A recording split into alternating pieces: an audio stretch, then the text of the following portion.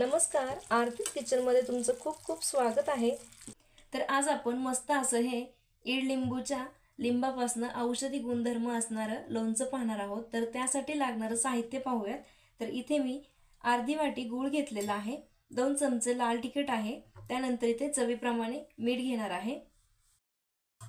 पोटाच्या सर्व विकारांसाठी हे ईडलिंबू खूप फायदेशीर आहेत।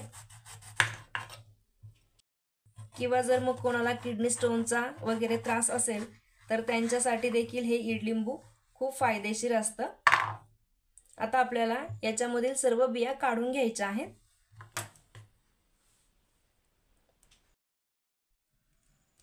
बिया शक्यतो काढून घ्यायच्या, नाहीतर मग ते खूप जास्त कडू लागेल।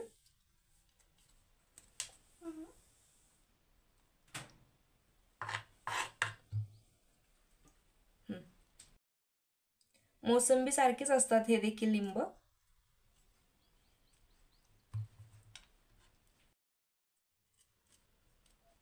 आणि हे लोणचं बनवण्यासाठी देखील खूप जास्त काही अवघड नाहीये।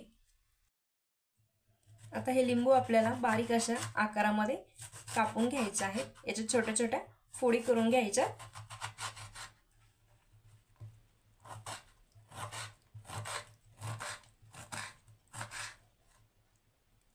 अशा पद्धतीने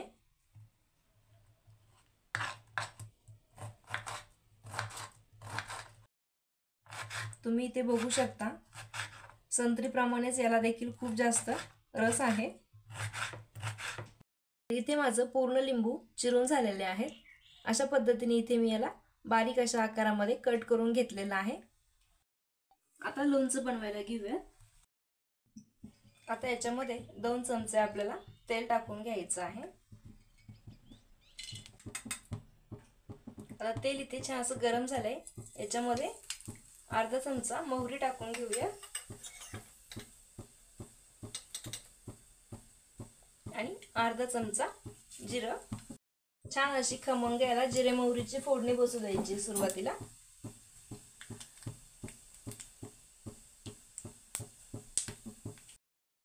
आता इथे जिरे मोहरी छान अशी तडतडलेली आहे। आता याच्यामध्ये चिरून घेतलेलं लिंबू टाकून घेऊया।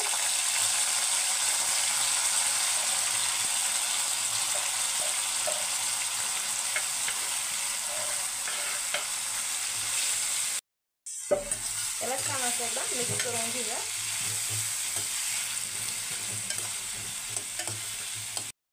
आता याच्यामध्ये अर्धा चमचा हळद घेतलेली आहे, टाकून घेऊया। आता याच्यामध्ये 2 चमचे इतकं मी लाल तिखट टाकून घेणार आहे।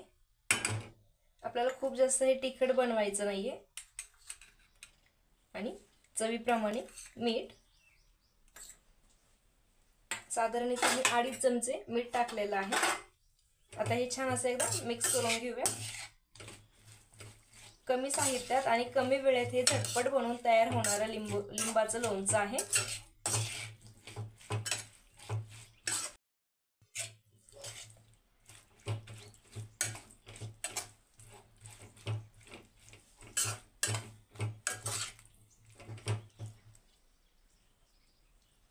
आता याच्यावरती झाकण ठेवून आपल्याला एक 5 मिनिटे याला शिजू द्यायचं आहे। तर आता इथे 5 मिनिट झालेले आहेत। एकदा याला मिक्स करून घेऊया। तर इथे तुम्ही बघू शकता, लिंबाला असं मस्त पाणी सुटलेलं आहे।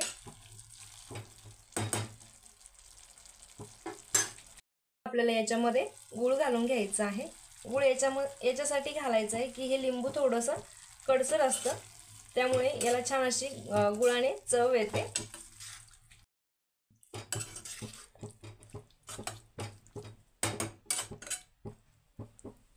पुन्हा एकदा याला झाकण ठेवून आपल्याला एक 5 मिनिटं शिजू द्यायचं आहे। तर आता इथे तुम्ही बघू शकता, एक 5 मिनिटं झालेले आहेत आणि आपलं तेल देखील वरती आले आणि लिंबाच्या फोडी आपल्या छान अशा शिजल्या गेलेल्या आहेत। तर आता हे लोणचं आपल्याला थंड झाल्यानंतर एका हवाबंद डब्यामध्ये 1-2 दिवसांसाठी असंच आपल्याला रूम टेम्परेचरवरती ठेवायचं आहे। त्यानंतर आपल्याला हे थंड झाल्यानंतर एका बरणीमध्ये भरून फ्रीजमध्ये आपण 1 महिन्याभरासाठी याला स्टोअर देखील करून ठेवू शकतो।